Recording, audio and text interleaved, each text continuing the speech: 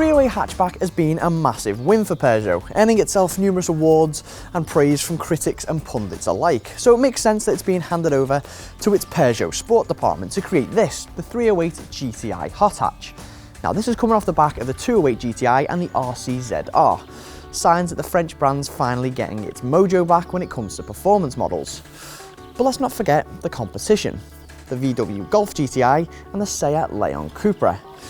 So we've got the 308 GTI turned up to 11 today with this 266 brake horsepower version.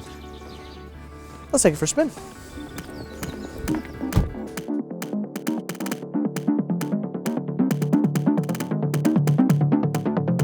Like I said, this is the 266 brake horsepower version, and that power comes from a turbocharged 1.6 litre petrol.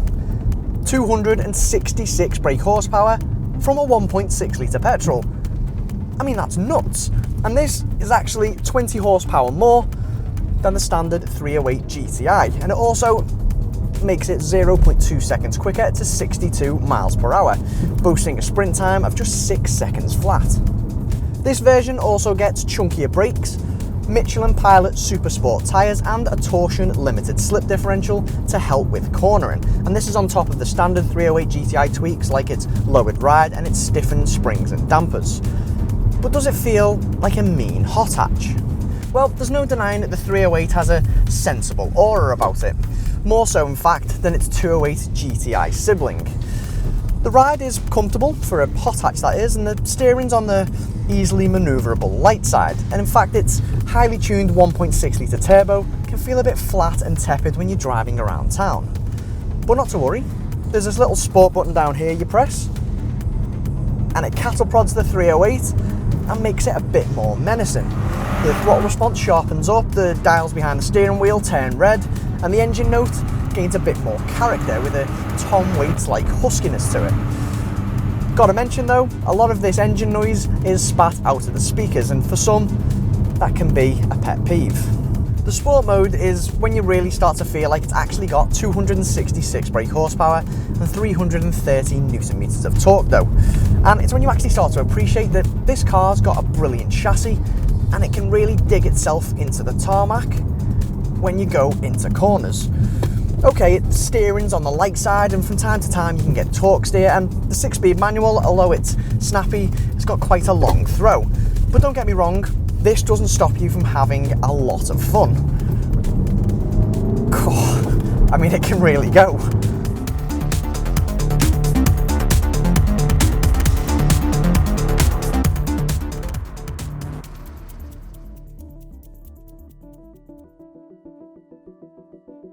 Inside the 308 GTI, you get these half leather bucket seats, which in our model have actually got a massage function.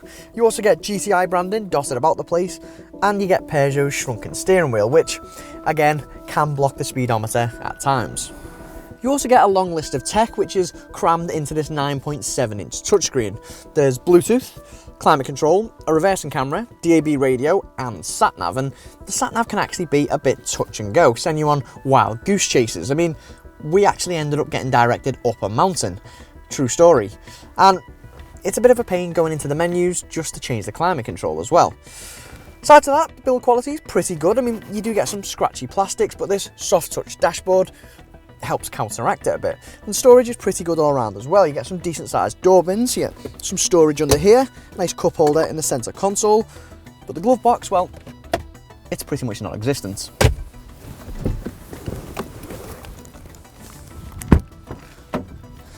At the end of the day, this is a hatchback, so you're likely to have rear passengers, and they'll be comfy enough, but legroom's not class leading, and well, headroom, while it's okay, does get eaten up a bit by this panoramic roof.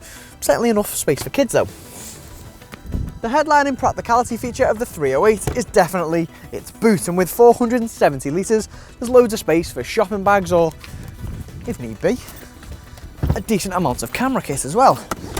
One thing to bear in mind though is if you're planning on loading long objects in, you do get a bit of a lump here with the rear seats. 308 GTI ownership comes in at just under 27 grand, or just over 28 grand if you go for this slightly higher output model, and we think it's definitely worth the extra cash. Now with that price, it is slightly cheaper than the Leon Cupra and the Golf GTI, but just be wary, it claims an average of around 47 miles per gallon, but we've been getting closer to around 30 miles per gallon. The hot hatch is supposed to offer a blend of sportiness and practicality, and the 308 GTI certainly does that, but its family-friendly side is just slightly more prevalent. If you want that kind of thing, then great, you might also want to check out the VW Golf GTI as well. But some hot hatch fans will want a car that's nuts even when it's stationary, and this just isn't that. But what do you think of the 308 GTI? Let us know in the comments section below, and don't forget to subscribe to our YouTube channel. Click on the inquire button to find out more details about this car, or for any other models, visit carkeys.co.uk. And to watch more reviews, click one of the links on screen now.